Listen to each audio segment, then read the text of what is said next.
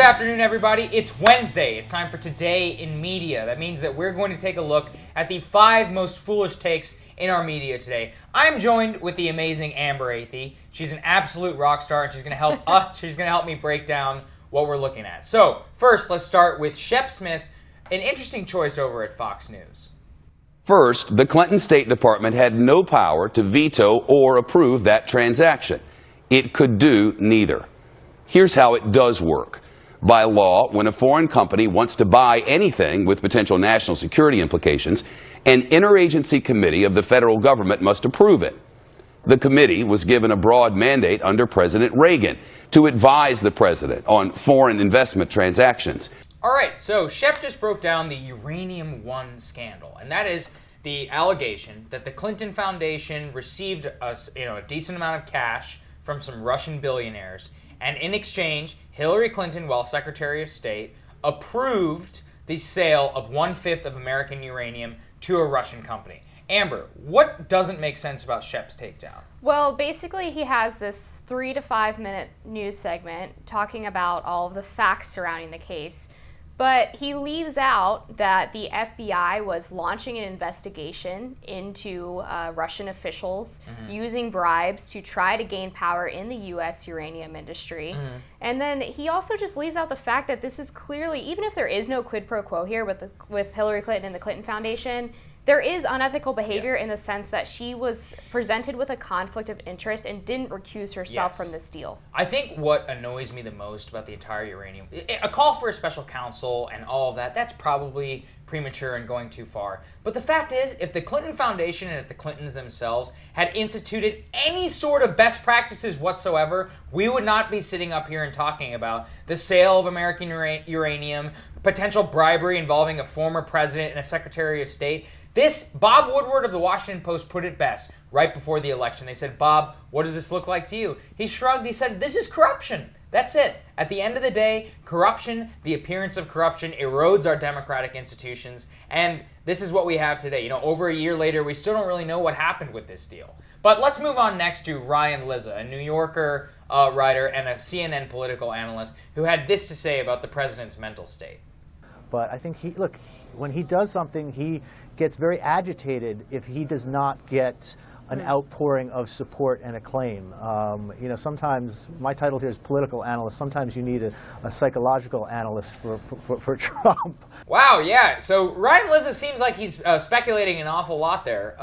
Amber, this is just blatant journalistic malpractice to basically be questioning the president's mental state. And it's something that people on CNN and MSNBC do over and over and over again because they think it's cute, they think it's funny to sit here and say that the president is crazy or that he has some psychological damage.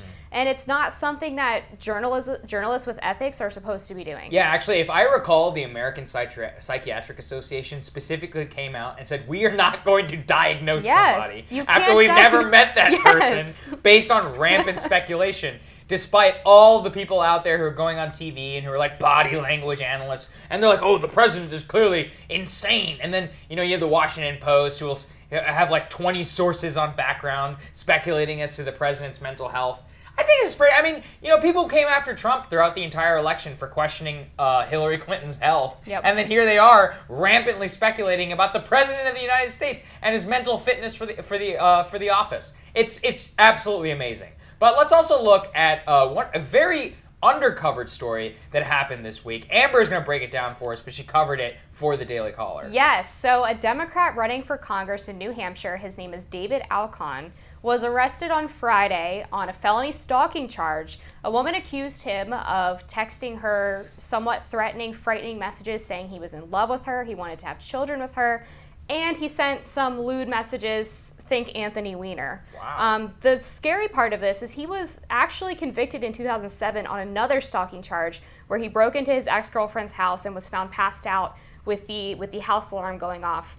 So this is not a one-time incident for this guy. Unfortunately, CNN, MSNBC, ABC, CBS, and NBC on both their on-air television coverage and their website coverage have not said a single thing about these allegations. That is actually amazing because, look, the Roy Moore story is getting a lot of coverage, as it absolutely should. These allegations are disgusting.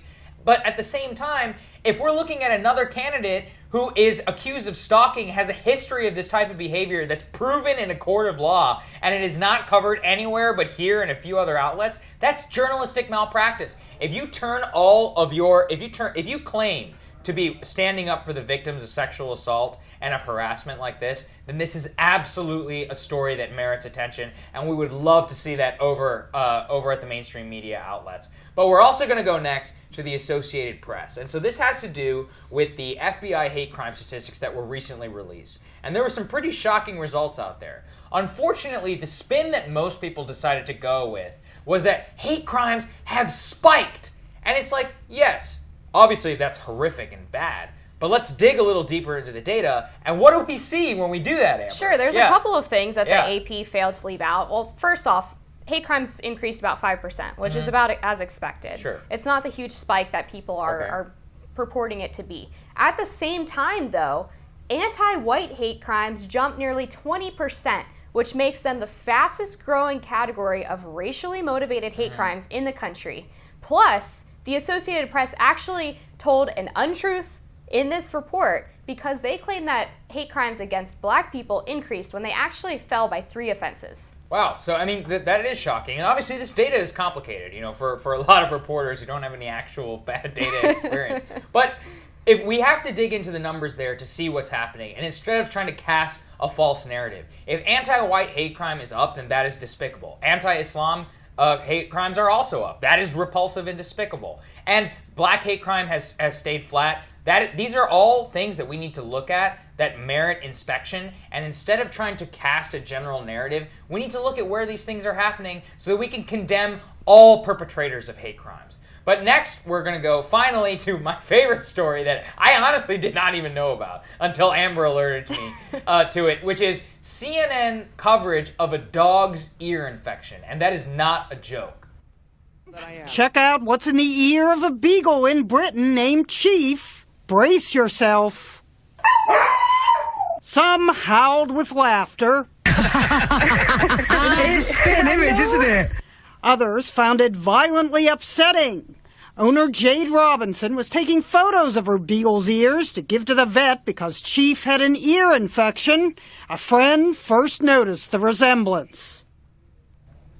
I am honestly speechless. I don't really know what to say to that. Yeah. All right, so here are my thoughts on this. CNN gave about 2 minutes, a little bit more, to this story about a dog's ear infection in the UK. Yeah. Now, you have anchors on MSNBC, CNN, ABC, CBS, NBC, all of the usual suspects, saying that they cannot cover extensively the trial of sitting Senator Bob Menendez because they just have too much to cover with President Donald Trump. There's so much happening. There's so much happening with the president. They just can't cover this corruption trial. And yet we have 2 minutes spent on a dog's ear. This reminds me of CNN coverage of the MH17 incident with the lost plane in Malaysia in 2013, where they took a lot for it, for covering this. But honestly, I think we all prefer this version of CNN rather to I've lost my mind over Russia CNN. But thank you guys so much for joining us. That is Today in Media for this Wednesday, the 5 most foolish takes. I'm Saagar Enjeti with the Daily Caller News Foundation, here with Amber.